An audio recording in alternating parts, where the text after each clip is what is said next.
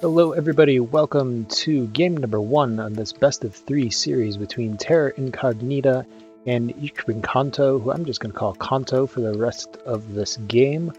Joining me today is Blues. Blues, what do you think about this map? I have yet to load in. Okay, well, I will talk about it a little bit then. It is a glass colony, but there are no nukes. You have this nice area over here where anyone can go, scavenger or maybe even a robot. You got these double aluminum iron tiles. It's nearby water. The only thing that's missing is silicon. Okay, here's the silicon down to the south, so I'd expect somebody to take one of these two spots right now, and Terror Incognita does, deciding to go for the robot instead of the scavenger. Yeah, definitely a very strong start, avoiding the early glass problems, although he is going to that silicon right away, so that is an interesting decision. Going to be making a fair amount off this iron, seeing very standard steel coming out as well. Konto found taking his scavenger a little bit to the east of Terror, maybe running afoul of Terror's zone of control from founding, forcing himself to go for the slightly more cramped location, perhaps.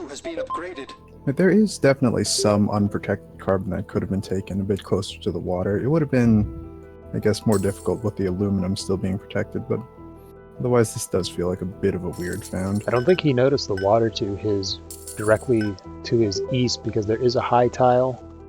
He's going for medium surrounded by lows, and it's further away, so that's strictly worse pickup for water on Konto's part.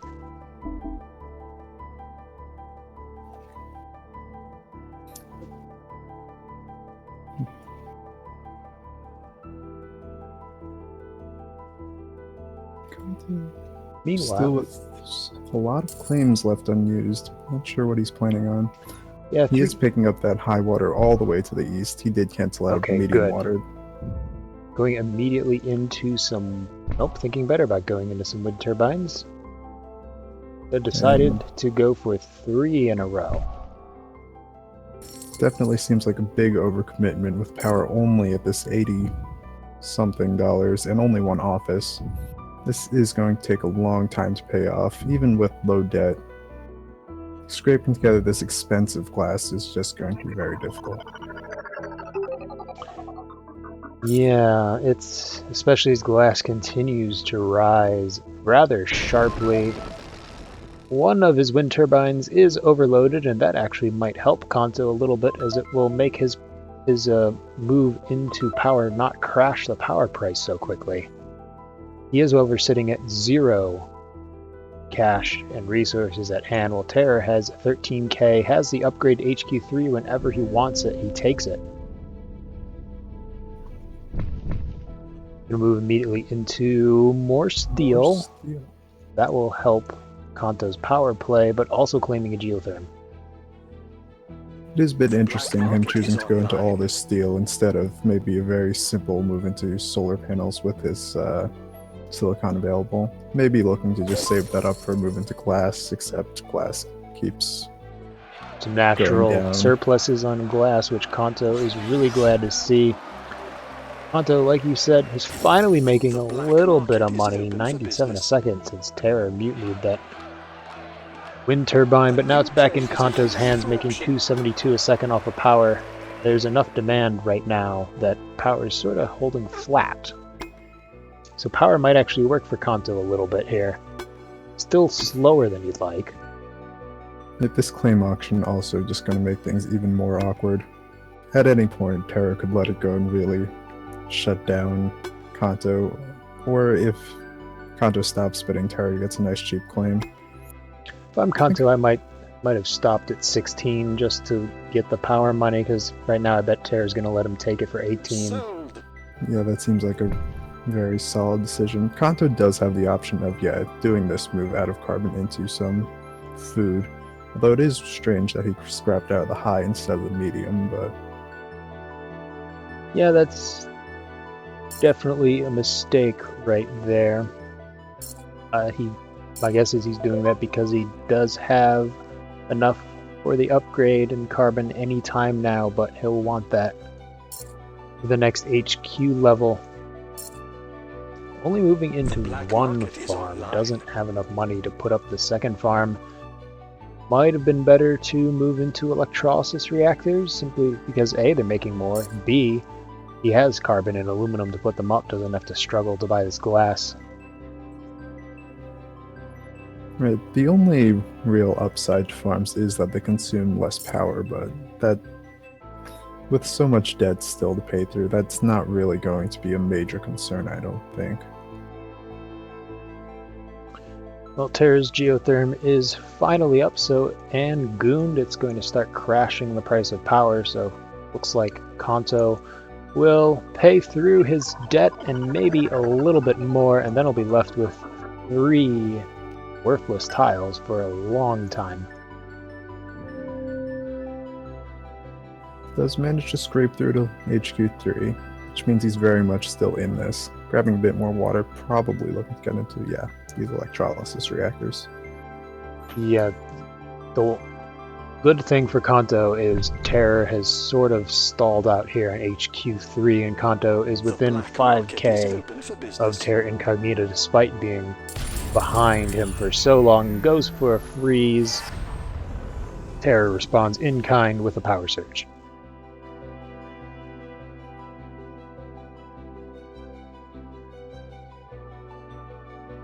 But Terra may have power surged the wrong items, as Kanto's electrolysis reactors are still making a nice 89, 88 per tile.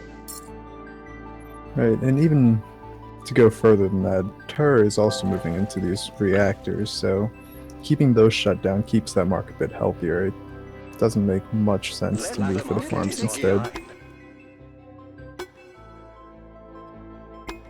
Game decides that carbon scrubbing is the patent for the auction, despite carbon only being $11, and it is being pushed up rather rapidly.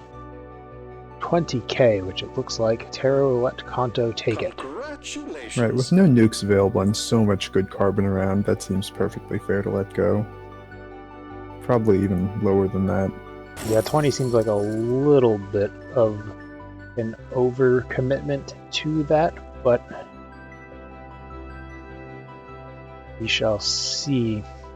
Right, to be fair, neither player has any concerns about debt at this point, so they have some room. It's not going to be a mistake that hurts them much.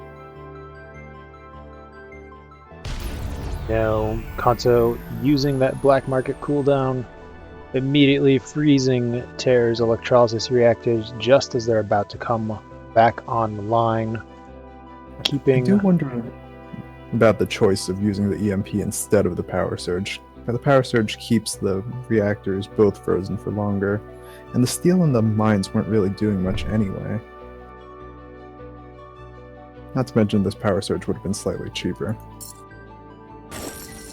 Yeah, Terrors were going to rotate some of his mines into electrolysis reactors. He is floating a ginormous 772 aluminum, which might be enough to last him the entire rest of the game, or if not, at least all the way to HQ5.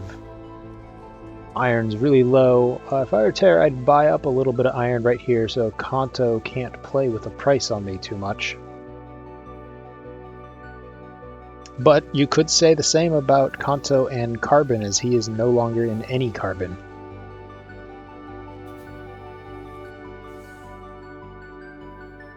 Yeah, that's definitely a bit of a mistake. With 27 carbon, even with carbon at $16, it's going to take a lot of money to upgrade 21k worth of carbon. And there's no particular need for that.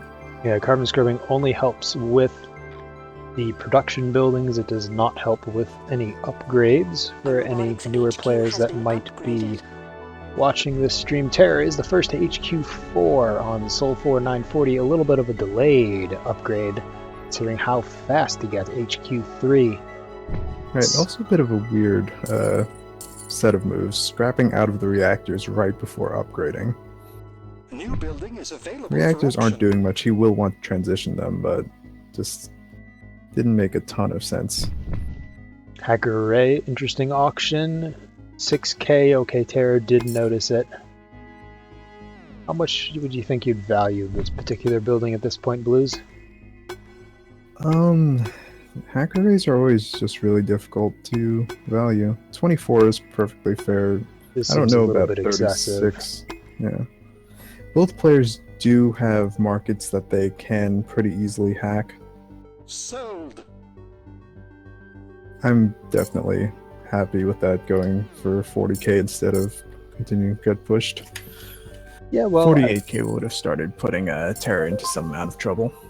I would have been happier to see it go for maybe 32 or 36. Seems a little bit high. Both players are moving into glass right now. Terror is the only one with a source of silicon. Kanto has at least managed to pick up a bit of silicon. Looks like he bought up 100 before putting down those two glass.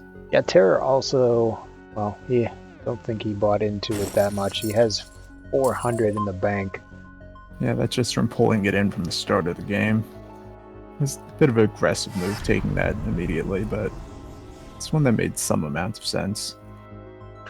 I would like to see Kanto rotate out of these farms back into carbon. He desperately needs it, especially since carbon has crept up to 44, which makes his upgrade 39k worth of carbon that he's going to have to pay through in cash. Right. That's why it's always a bit concerning to put the food there in particular. On HQ2, after taking that claim, it made a ton of sense to prevent him from stalling out completely, but committing further into that third farm, putting that farm in the high instead of the medium, all those little things really lock him out of carbon a bit. Just make things very awkward. He is making 167 on those farms per tile, which isn't bad. In fact, that's actually pretty good. The only problem is this 40k, as I mentioned earlier, carbon price for the upgrade. Terror's moving into farms himself. Kanto's been hacking up those farms, just noticing now, so... Well, Terror is not selling down his farms either, so Kanto's getting away with this hackle for the time being. But he does want to upgrade.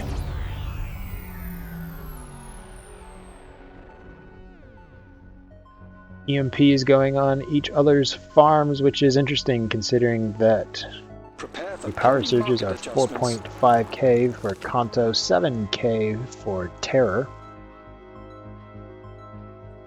New land is available for auction. Both players are buying, at least Terror's bought into food. Kanto is sitting on his stockpile. It'll be interesting to see which player gets an advantage from this hack.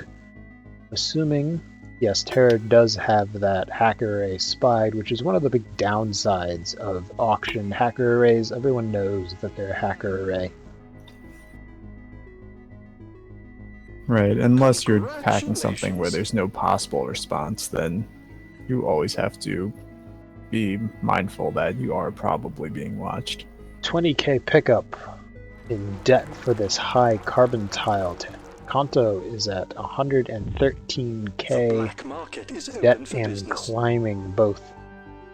All the life support resources other than water are pretty high right now.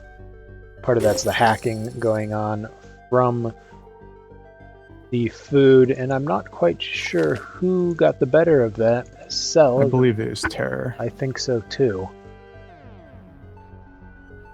Looking at Kanto's perspective.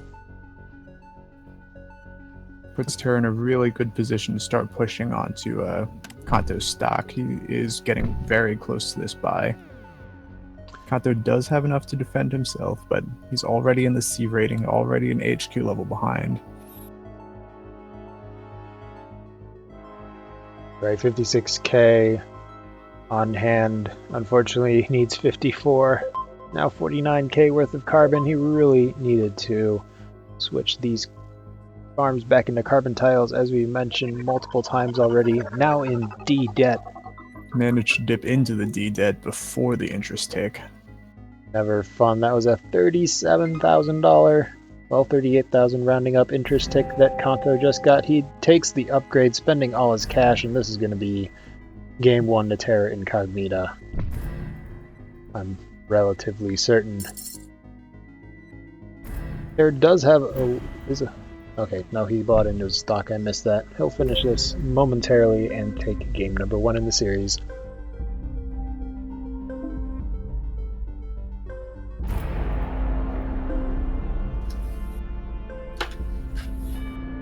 It's a nice win going over Terror, taking a nice strong found, having a clear plan moving forward. Kanto maybe struggling a bit with figuring out the next found after the carbon was blocked. He did mention in chat that that was consideration. And then this HQ2 power play just really drove the nail in. Going quite that heavily into power just never managed to pay off enough to keep him going.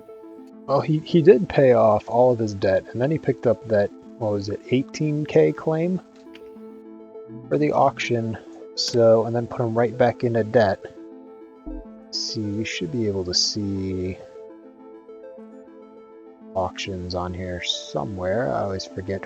Yeah. Yeah, it's an 18k for the claim auction. He paid all the way through that 18k, or almost through, right before Terrors killed the power market with his geotherm.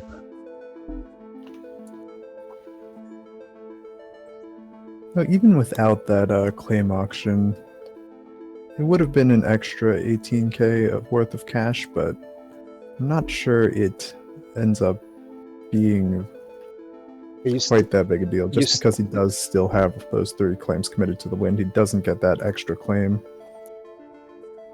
Right, if you're going to go for a HQ2 power play in a 1v1, I think you only should go for 2 wind turbines, and then maybe as the game progresses, you can add a 3rd one if needed.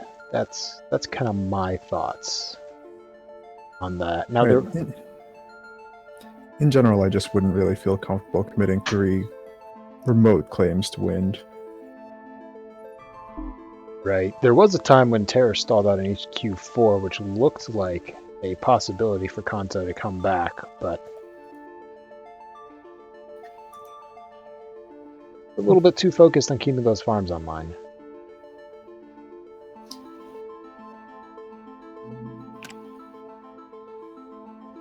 There was also an opportunity to maybe put the wind right on this little cliff in the middle of this crater.